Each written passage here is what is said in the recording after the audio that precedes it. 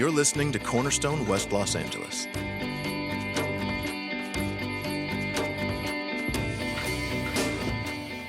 Well, good morning again. If we haven't met, my name's Scott, one of the pastors here as well, and today we're continuing our series through the book of Isaiah. We've been in it for a couple of weeks, and over the past couple of weeks, Brian's introduced the book, kind of provided an overall an overview of the message that this book conveys. Last week we talked about Isaiah's famous interaction with God when he has a vision of God's holiness, comes face to face with the implications of that holiness and his own life. He cries out, "Woe is me, I'm ruined," and yet in Isaiah's moment of despondency, God responds to him with grace. He's purified, he's given a specific calling. He is called to be God's prophet to his people, declaring the reality of God into a world that doesn't really want to hear his message. And so here we have the message God gave to Isaiah. And as we walk through the rest of the book, we're going to be kind of unpacking and exploring and discovering the message that God gave to Isaiah that throughout the centuries, many people haven't wanted to hear. And I think it's actually that unwillingness or lack of desire to hear that makes Isaiah, and like a lot of the Old Testament prophets, such unpopular books, both for preaching and also personal study. Right? Like you know, if you were like, hey, I want my friend to just read the Bible, where should I start? Like, Isaiah probably doesn't pop up on the list, right? Like if you're like, I don't know where to read in the Bible today. Like I don't have a Bible reading plan, but I know I should. You like flip open the Bible. If it falls to Isaiah, you're probably like, let's try again, right? But the book of Isaiah contains a powerful message, and one of the reasons we're preaching is because it's not just a powerful message, it's a central message to understanding who God is. And I think that actually some of the lack of popularity comes from a fundamental misunderstanding of what the prophets are conveying and the significance of that for our lives. Today we're going to begin really exploring that message, and we're going to do so as we look at Isaiah chapter 24. And it's going to be, it's in the pew Bibles in front of you, but it'll also be on the screen if you want to follow along. And really what we're going to do is, if you were here last week, you're like, wait, last week we were in chapter 6. How did we get to 24? Right? Because we just kind of pick and choose the ones we want to preach on. No, I'm kidding. We don't do that. What we're doing as we walk through the book of Isaiah is we're looking at kind of these different sections, and each different section, where there's a section that has a similar theme, we're walking through a particular chapter or a particular passage that points back to and represents and shows kind of it as an example of this entire section. And that's what we're doing today as we get into Isaiah 24. And the reason we're doing this is Isaiah has 66 books. It's also very repetitive. And so it's more, I think, a more helpful way to study the book this way. And so as we do that, we're really looking at chapter 24 and also the 17 chapters between chapter 6 and 24. And we're going to explore it by looking at one of the main reasons people shy away from the book of Isaiah, and I think many other Old Testament prophets, and that's the fact that these chapters are, by and large, all about judgment. Right? We have this nice title slide, right, for the name of the sermon. Right? If you brought a friend to church today, you're like, oh boy. Right? I promised you we weren't going to talk about money, but I didn't mention judgment. Right, like what? This is a part of why I think gutturally we're like, this isn't what I want to listen to. This isn't what I want to have to think about. However, I don't believe there's anything to shy away from here. In fact, I think that what we're going to look at in these chapters is the fulfillment of something our souls long for. It's actually something that makes us worship and rejoice in God, because if God wasn't just, we'd be a lot more afraid. We'd be a lot more concerned. And so we're going to look at, first, God's judgment, and really kind of in these chapters and in the beginning of chapter 24, God's declaration of judgment upon the nations. Our passage begins this way. He says, "Behold, the Lord will empty the earth and make it desolate, and he will twist its surface and scatter its inhabitants.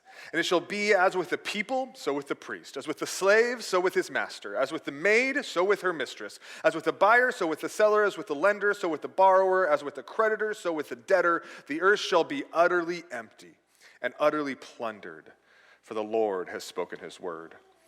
The earth mourns and withers. The world languishes and withers. The highest people of the earth languish. The earth lies defiled under its inhabitants, for they have transgressed the laws, violated the statutes, broken the everlasting covenant. Therefore, a curse devours the earth, and its inhabitants suffer for their guilt. Therefore, the inhabitants of the earth are scorched, and few men are left."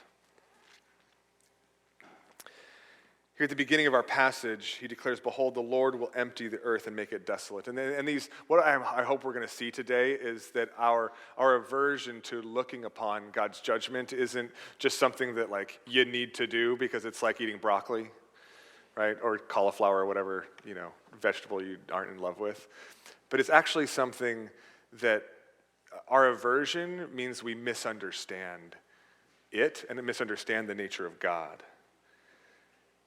See, he begins, like I said, "Behold, the Lord will empty the earth and make it desolate." And we can't correctly understand what's happening here unless we recognize that this chapter is essentially a finale that began, a finale, kind of a summary finale for chapters 13 through 23. And in chapters 13 to 23, what we read about the judgment of Assyria. And we read about the judgment of Philistia, and we read about the judgment of Moab, and the judgment of Ephraim, of northern Israel, because of its reliance on the nation of Damascus for help. We read about the judgment of Egypt. We read about the judgment for Babylon, the judgment for Edom, the judgment for the Arabian tribes, and the judgment for Jerusalem, or southern Israel, because of its self-sufficiency. And then we read about the judgment for Tyre and Sidon. And I think this can cause us to glaze over. Right, when you do 10 chapters, right, and if you're reading like a chapter a day, that's a week and a half, right, of like judgment and them, and judgment on them, and judgment on them, and them, and judgment on them. And not only does it make us glaze over because it's just a lot of judgment, it also makes us glaze over because we're like, I don't know who that is, right? Like Moab may as well be Edom, right? Like I don't know what's different between the two. Like I don't know why, and I guess, there's bad stuff, but we glaze over because these are peoples that are unfamiliar to us. And they're unfamiliar to us because they don't exist anymore. And even the ones that do, at least in name, like Egypt and Israel, exist in drastically different nations and with centuries of tortured history since this was written. And I think that while that may cause us to glaze over, practically, in reality, that's kind of the point. God declared judgment on these nations, and you don't know them because they're gone. Like, he declared judgment, and he fulfilled it. And the reason they're not familiar to you is because of the consequences of his judgment. I think judgment can make us a bit uncomfortable. It's the type of thing that,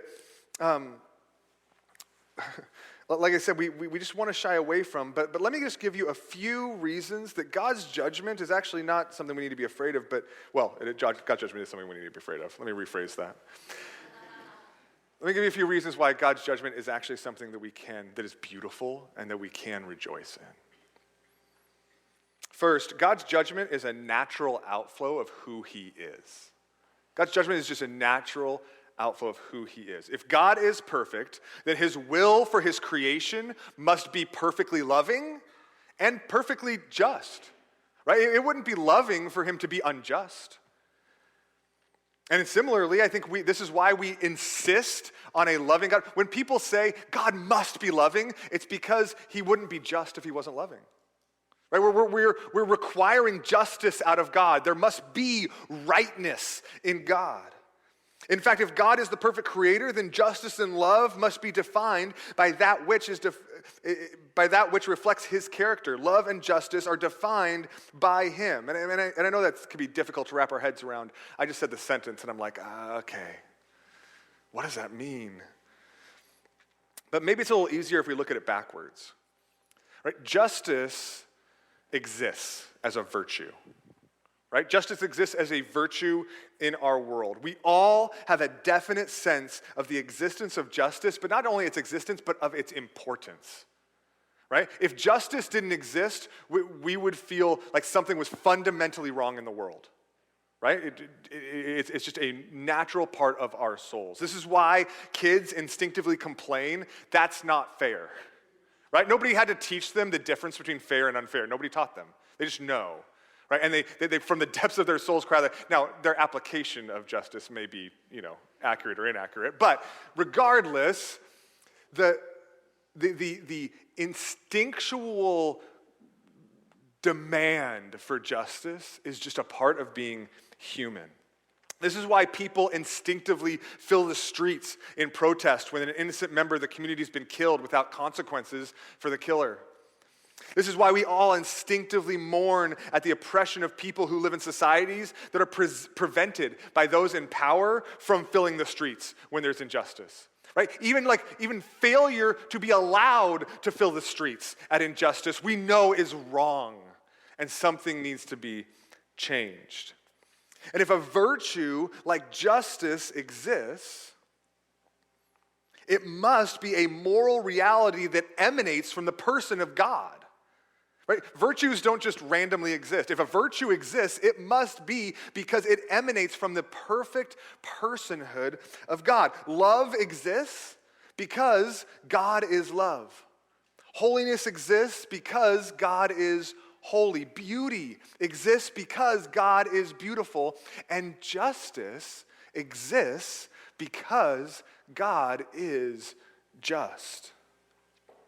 Everything God does is just and right. So where there is rebellion, where there is abuse, where there is oppression, where there is injustice, there must, for God and the world to be just, there must be judgment. There must be consequences. Without judgment, the world would be unjust. Without judgment, God would be unjust. Without judgment, God would fundamentally be unloving.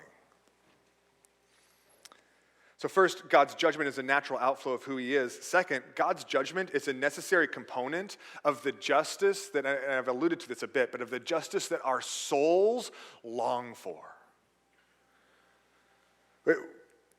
We don't want to live in an unjust world. In fact, if anyone implemented, to the extent that anyone implements an unjust world or an unjust system, we would not only call them unjust, we would call them unloving. Right? The two go hand in hand. You can't be unjust and still be loving. And because of this, we long for justice. Our souls crave for it, and our hearts are burdened, often to the point of being overwhelmed when we experience seeming injustice. If you murder someone's family member, you should not be allowed to continue to live free and enjoy your family members, right? That would be unjust. If you steal something from someone, you should not be able to enjoy what it is you've stolen without consequence. That would be unjust. And it's common sense, right? It's so innate in us. It's common sense that would be the case. Our souls long for this fairness, for people to receive what they deserve. Herman Bavinck, the Dutch reformer, put it this way. He says, in every case, justice is the constant, perpetual desire to grant to every individual his due. And in this sense, justice doesn't only have to do with bad things. Justice has to do with good things too, right? If you work hard at your job, you should receive your agreed upon pay, right? For your employer to withhold your agreed upon pay would be injustice.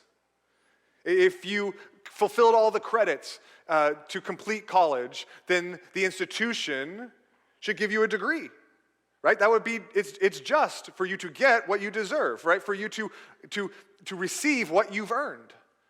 And for the institution to withhold your degree would be unjust. However, judgment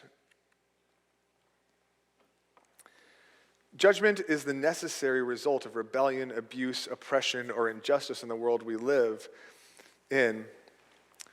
And so it must be if the world is to be truly just. I think the problem, actually more common than the problem with justice existing that we have. I think actually most of us don't really have a problem with justice existing. The problem we have is when the world seems unjust. Right? The problem is when we look at the world and we're like, wait, this doesn't seem just. This doesn't look right. Our world can at times lack the justice that our souls crave. And oftentimes we see this manifestation of injustice in the form of the global world order. And see, since he's talking about the judgment of nations, I think it's helpful to start by looking at it from that perspective. Like, just think about the global world order and the injustice of the nations. Right now, the Nicolas Maduro and the army in Venezuela have blockaded the entrances into the country in order to prevent aid to address a humanitarian crisis that is where Venezuelans are starving. It's not just. The government of Iran continues to support global terrorism and the denial of the Holocaust. The royal family of Saudi Arabia continues to oppress women in a country as well as contributing to the humanitarian crisis in Yemen. The president of Syria has used chemical weapons against his own people. The Communist Party in China continues to persecute Christians and other minorities with increasing regularity. I mean, the list could go on and on. We could just start up with a list of countries, and we could go one by one through the injustice that exists in the world order. There is no innocent, completely just, righteous nation on earth.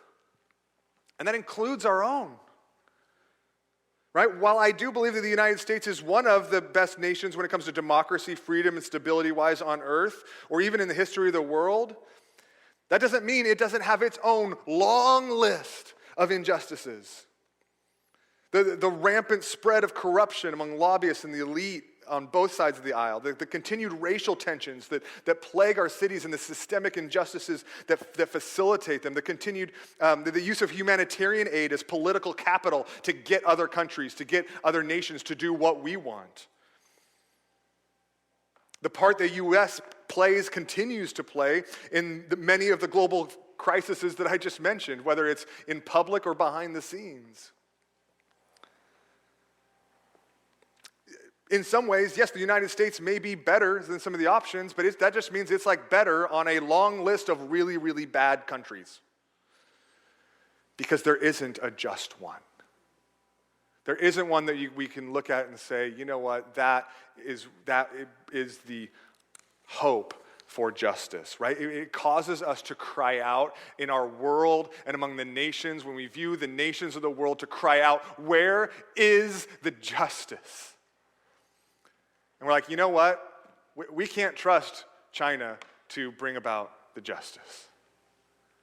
But you know what? We can't trust the United States to bring about justice.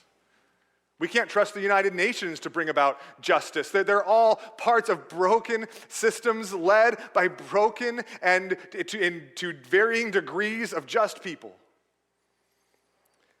And it's into this exact kind of predicament, this exact kind of cry that says, where's the justice?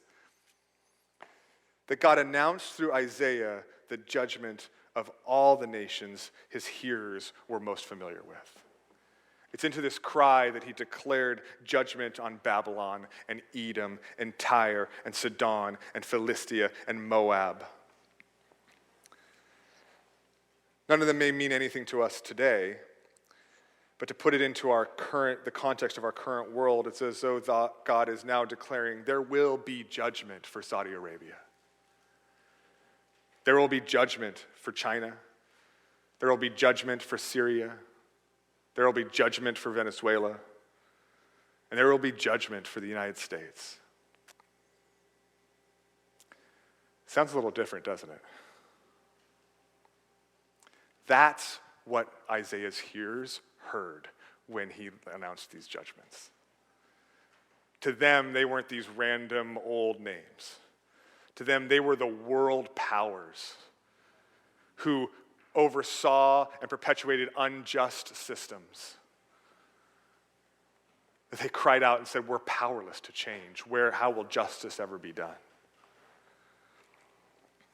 It says, there will be judgment, and there will be. The judgments mentioned in 13 to 23 have all been fulfilled throughout history, but God's promise of judgment does not end. It will extend as long as there are nations that are to be, as long as there are nations that continue to perpetuate injustice on earth. Just as God fulfilled the judgment he declared upon so many of these nations that no longer exist, he will also fulfill his promise that we read here in chapter 24, that they empty the earth and make it desolate, and to twist its surface and scatter its inhabitants. For they are transgressed the laws, violated the statutes, broken the everlasting covenant. As one commentator reflects, only a God whose control of history is so complete that he could bring it all to a close in the next moment is worth worshiping. Because the teeming, scheming nations are not the ultimate reality. God is. Thus, he is the one on whom we should focus. Yeah, it's important to be engaged on the things happening in the world, but we can't put our hope in the teeming, scheming nations of the world. Because only God will bring ultimate justice. Which brings us just thirdly, as we look at the nations God's judgment upon the nations of the world, thirdly, it points out to us that God's judgment of nations is the only way to ultimately address social injustice. God's judgment of the nations is the only way to truly address social injustice. I've mentioned some examples of social injustices already, but we can't talk about God's plan for the judgment of the nations without talking about how that goes hand in hand with his heart for social justice. Now, social justice can be a trigger word. Some of you are like, oh yeah, and other of you are like, oh my gosh, I do go to a liberal church. We're preaching through Isaiah, okay? I promise you. The problem is, I think a term like social justice gets filled with whatever's in your news feed or whatever's on the cable news channel you watch. Let's fill it with what God loves, which is justness and rightness in his world. God promises to judge the nations not just because of the collective personal injustices of its inhabitants, but also because of the unjust systems, the unjust practices, the unjust cultures that those nations perpetuate. And that the only way to ultimately deal with is to bring about judgment upon those nations for the systems for the social injustices that they continue to perpetuate. Social injustices like racism and ethnic inequality. Social injustices like opportunity and privilege for certain groups of people and none for others, or significantly less for others. Gender inequality, systemic oppression, systemic failures. And I think when it comes to the systemic injustices, oftentimes we don't think anything about it because we're like, honestly, we're like, I'm just going to focus on individual injustices because the social injustice, I don't even know what you'd do. I don't even know where you'd start. I don't even know how you'd address these gigantic systemic things. And you know what? In a lot of ways, you're right. I don't know where we'd start either. Which is why the only hope we have for ultimate justice is God's justice, not ours. At the same time, to the extent that God's heart is for a just world, to whatever extent we can be involved in, basically the more we become more and more like Christ, the deeper our heart will burn for justice, both individually and justice socially in our world. We'll do what we can to contribute towards that. We do what is in our power to see continual transformation in the societies in which God puts us. But ultimately, there's no nonprofit, there's no movement, there's no campaign that can bring about decisive judgment and perfect justice in a society other than God himself.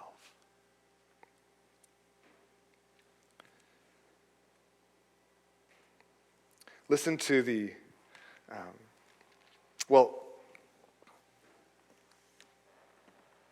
listen to the evocative, emotionally powerful picture that Isaiah goes on to paint in verses 7 through 13 when he says, look, in a society where there's going to be, this basically, I want you to imagine like New Orleans on Mardi Gras, except the place is a ghost town. Because everything's changed. Everything's different. The world isn't the way it was before. He says, the wine mourns. The vine languishes. All the merry-hearted, they sigh. The mirth of the tambourines is stilled. The noise of the jubilant has ceased. The mirth of the lyre is stilled. No more do they drink wine with singing. Strong drink is bitter to those who drink it. The wasted city is broken down. Every hour is shut up so that none can enter. There's an outcry in all the streets for lack of wine. All joy has grown dark. The gladness of the earth is banished. Desolation is left in the city. The gates are battered into ruins. For thus it shall be in the midst of the earth among the nations, as when the olive tree is beaten and the gleaning with the grape harvest is gone. So we've looked at this reality, this announcement, this pronouncement of judgment upon the nations, but God's judgment isn't only for nations. God's judgment is for nations, but it's also for individuals. It's also for people. We go on and we see this later on in this same chapter, starting with the end of verse 16, and we'll come back to this little section in the middle in a second, but he says, but I say, waste away, I waste away, woe is me, for the traitors have betrayed. With betrayal the traitors have betrayed. Terror in the pit or the snare, and upon you, O inhabitants of the earth, he who flees at the sound of the terror shall fall into the pit.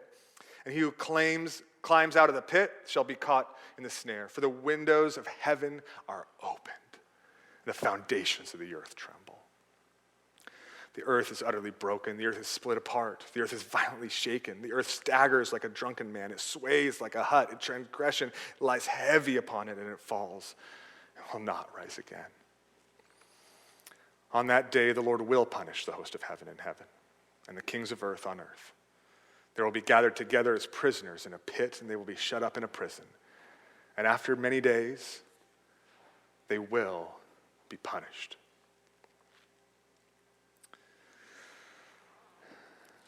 Similarly, while this can be an overwhelming picture, it's also something that I think many times our souls long for. Sometimes the world seems unjust on a global scale, and sometimes it seems unjust on an individual scale. We look around us and see people who are unkind, who cheat, who look out for themselves. It can seem like they're not getting what they deserve. It can seem like the wicked prosper and the righteous suffer. And again, this is where the promise of God's judgment is actually incredibly comforting. While seeming injustice may exist for a moment here on earth, God's promise is that it will not last. Justice will ultimately be served. Everyone will receive what they deserve, what is their due. Everyone will be justly rewarded or judged for the life they live, both externally among others and internally before God. And he describes this, it's fascinating actually how he describes this predicament. Here in verse, the very beginning of this, verse 17, where'd it go? I'm sorry, the end of verse 16. He says, for the traitors have betrayed, with betrayal the traitors have betrayed. And I think the translators did this so that it was a little bit more understandable, but traitors and betrayal are kind of synonyms, and in the original language, they're actually the same word. Literally, it reads, for the betrayers have betrayed. With betrayal, the betrayers have betrayed. It says, with betrayal, the betrayers have betrayed the holy, holy, holy one. Right? Brian looked with us at the power of repetition and the magnitude, the exponential increasing of what it means that God is not just holy, but he's holy, holy. And he's not just holy, holy, but he's holy, holy, holy. And before that holy, holy, holy one, it's with betrayal that the betrayers have betrayed. He is really holy, and they have really betrayed. And so, on that day, the Lord will punish the host of heaven in heaven and the kings of earth on earth, and they will be gathered together as prisoners in a pit, and they will be shut up in prison, and after many days, they will be punished. It's interesting because while judgment isn't like the most popular thing to talk about, interestingly, I think if you were to take a poll of the vast majority of humans on earth, this is a system that the vast majority of people on the face of the earth believe in, trust in. Right? This is the basis for essentially every major religious system that exists. Right? Islam is based on this same just principle. You will be rewarded for your good, and you will receive judgment for your evil. Judaism, Mormonism, Catholicism, they all utilize the same system, just slightly different rules. Even the concepts of karma and reincarnation in Hinduism and Buddhism are essentially the same thing, right? There's justice, and what you do determines judgment or blessing. You get what you deserve. And I think this is because it only makes sense. If God is real, if there is a God, if God is real, if God is perfect, he must be just.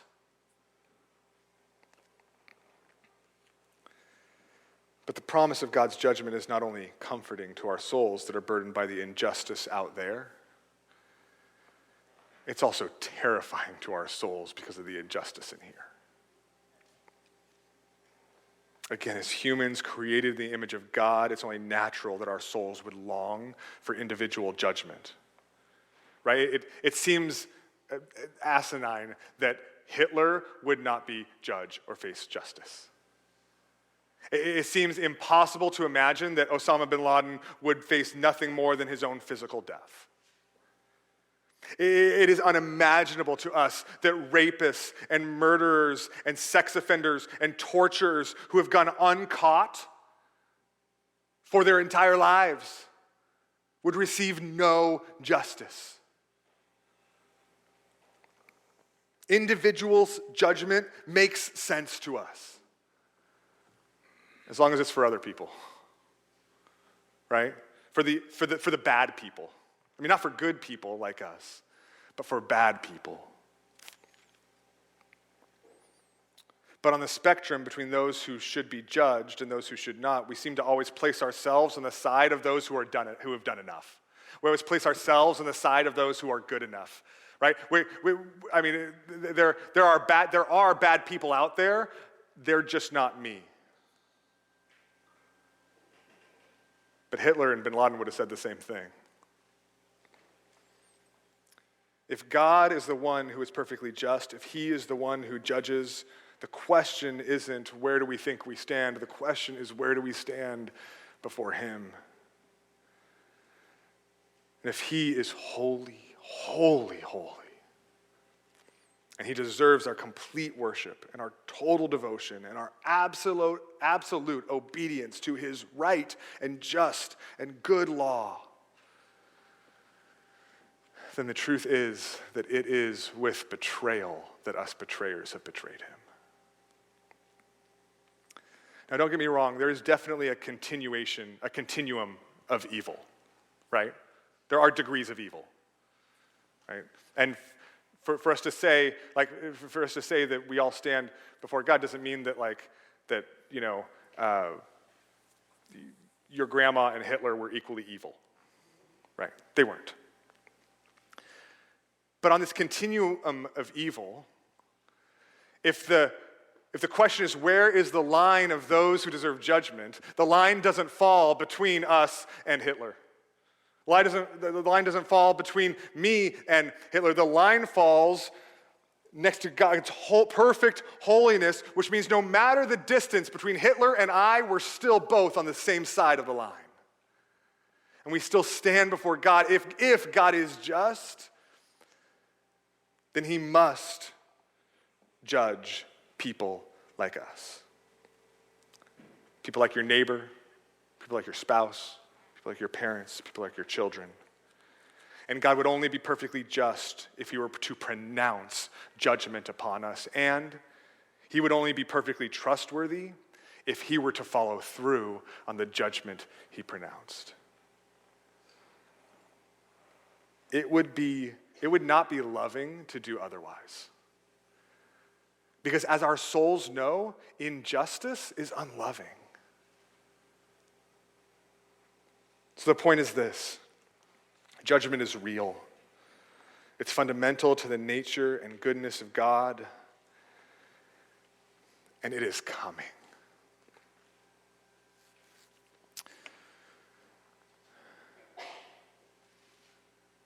Brings me no joy to, in one sense, be reminded or remind us of that.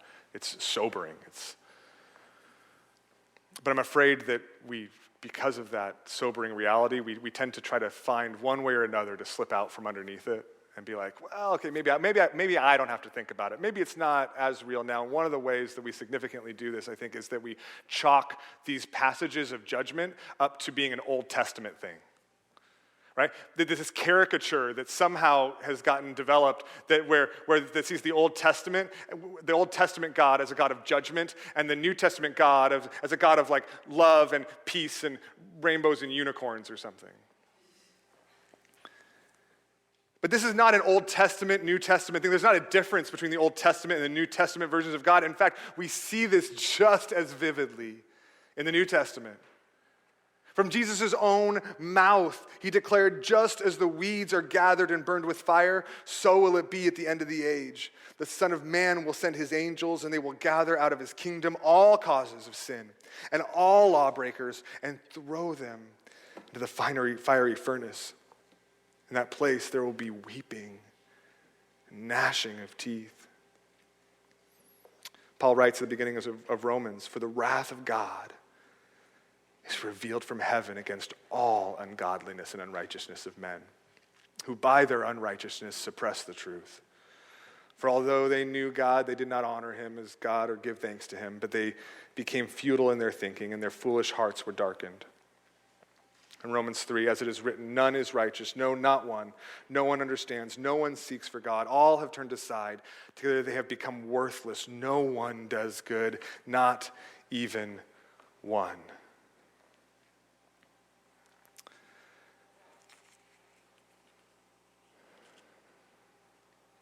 We've looked at, in this passage, God's judgment for the nations. And we've looked at his judgment upon individuals.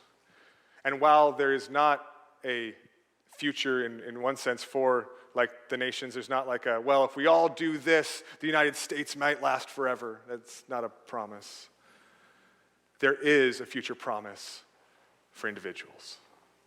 There is a future redemption offered to us. But the God of love and forgiveness and mercy isn't just a New Testament portrayal either.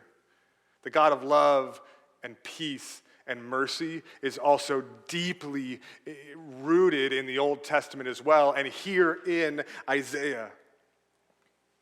We've looked at the judgment of God, but in the midst of all of this judgment, there is a promise of hope, a promise of reconciliation, a promise of joy, and the promise of a future. Right here in the middle of all this judgment, in verse 14, we read this. He writes, they lift up their voices and they sing for joy. Over the majesty of the Lord, they shout from the west. Therefore, in the east, give glory to the Lord. In the coastlands of the sea, give glory to the name of the Lord, the God of Israel. For the ends of the earth, we hear songs of praise. There's songs of praise going to God from every corner of the earth. He says, of songs of praise and of glory to the righteous one. He is the righteous one. He is faithful, and his faithful judgment proves that he alone is the perfectly just, perfectly righteous one. But if God is holy, holy, holy, and it is with betrayal that we betrayers have betrayed him, and his perfect justice requires judgment, and his judgment means that Lord will empty the earth and make it desolate, then who's left to praise him? Who's left to sing for joy? You see, the book of Isaiah, like all the other prophets and like the entire Old Testament, contains not only a message of judgment, but also a message of unimaginable hope. Because from the midst of this cataclysmic judgment that is brought upon every nation on earth and will eventually cover the entire earth in totality, God also promises to draw to himself a remnant of people that are redeemed by his grace through a Messiah. We've talked about how the chapters between Isaiah 6 and Isaiah 24 are filled with the judgment of Assyria and Philistia and Moab and Ephraim and Egypt and Babylon and Edom and Arabian tribes and Jerusalem and Tyre and Sidon. But it's in this same section, chapters 6 through 24, that we also find God's promises.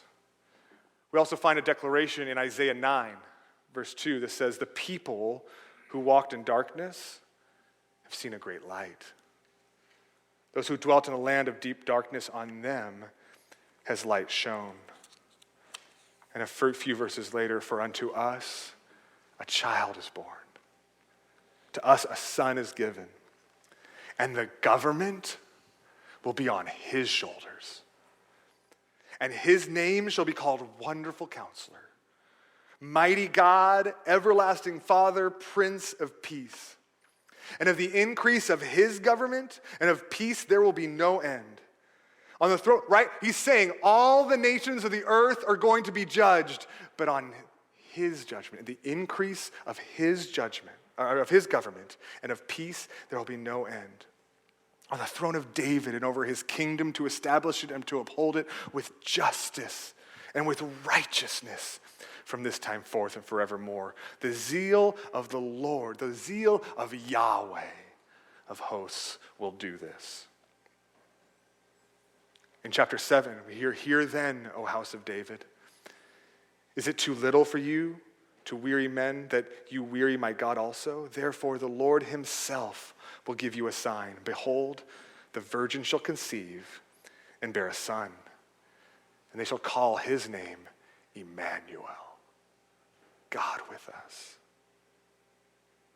Chapter 11 begins, "There shall come forth a shoot from the stump of Jesse, and a branch from the roots shall bear fruit, and the Spirit of the Lord shall rest upon him, the Spirit of wisdom and understanding, the Spirit of counsel and might, the Spirit of knowledge and the fear of the Lord."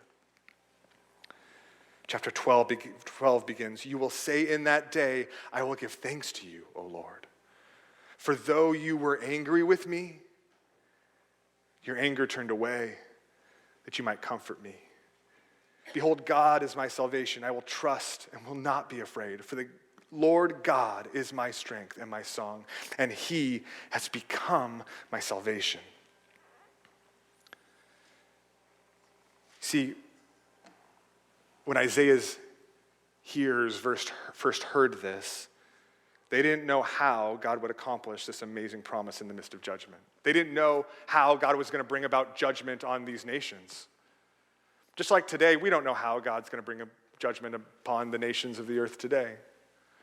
But they especially didn't know how God was going to bring about salvation through that judgment. They didn't know when God would bring his promised Savior, the Messiah that would bring redemption and reconciliation. They didn't know what that salvation would look like or what the Messiah would do. But we do. Because we do live on this side of Jesus, we do. Romans 5, verse 7 says, "For while we were still weak, at the right time, Christ died for the ungodly. For one will scarcely die for a righteous person, though perhaps for a good person one would dare even to die. But God shows his love for us that while we were still sinners, while we were still under judgment, Christ died for us. Since therefore we've now been justified, right? God is just, and we have been justified by his blood. Much more shall we be saved by him from the wrath of God. He says, through Christ we shall be saved by him from the wrath of God. He goes on, for if while we were enemies, we were reconciled to God by the death of his son, much more now we are reconciled shall we be saved by his life. More than that, we also rejoice in God through our Lord Jesus Christ, through whom we've now received reconciliation. Jesus Christ is the Messiah. He was the one born of the Virgin Mother. He is the wonderful counselor. He is the mighty God. He is the everlasting Father. He is the Prince of Peace. And on the cross, when he died, he took upon himself the judgment, the just judgment that we deserve for our rebellion, for our betrayal of him. He took upon himself all of that judgment so that he took upon himself what was our due. And God is perfectly just, and justice requires judgment for our betrayal. But instead of the judgment we deserve falling on us, Jesus himself took our judgment so that we might no longer be under his judgment, so that we might be reconciled to him. And the only thing we have to do, the only thing we do to access this incredible saving grace is simply to trust him and accept it. It doesn't matter where on the continuum of evil you fall. It doesn't matter what you've done. It does not matter where you've been. It doesn't matter how far you have fallen or how much betrayal you have manifested. The grace of God in Jesus is bigger. Judgment is real. And for those of us who have not trusted in Christ yet, that's why we plead with you to trust in Christ, because it is real, and the gift of grace in Jesus is free. It's free. There's nothing you can do to get on the other side of the line. We aren't good enough. But it's also why we need to be reminding one another constantly of the reality, because the fact that judgment is real reminds us of how great and how glorious his love and his forgiveness are. When we forget that judgment's real, grace becomes small. It becomes not that impressive. It becomes a nice gift. But when we remember what it is we actually deserve, his grace is unimaginable. And when his grace is unimaginable, he receives all the glory. He receives all the praise. He receives glory that he's never even received before from our hearts. And as he draws his family to himself, as he draws his people to himself, and forgiveness continues to spread to every corner of the earth, to the east, to the west, and to every island, it says, the result is the radiance of his glory in a way that puts the shining of the moon and the shining of the sun to shame.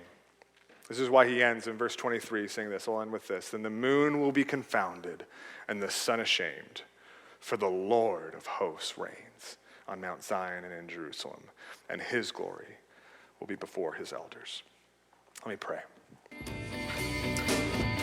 Thank you for listening to Cornerstone West Los Angeles. For more information, please visit us on the web at cornerstonewla.org.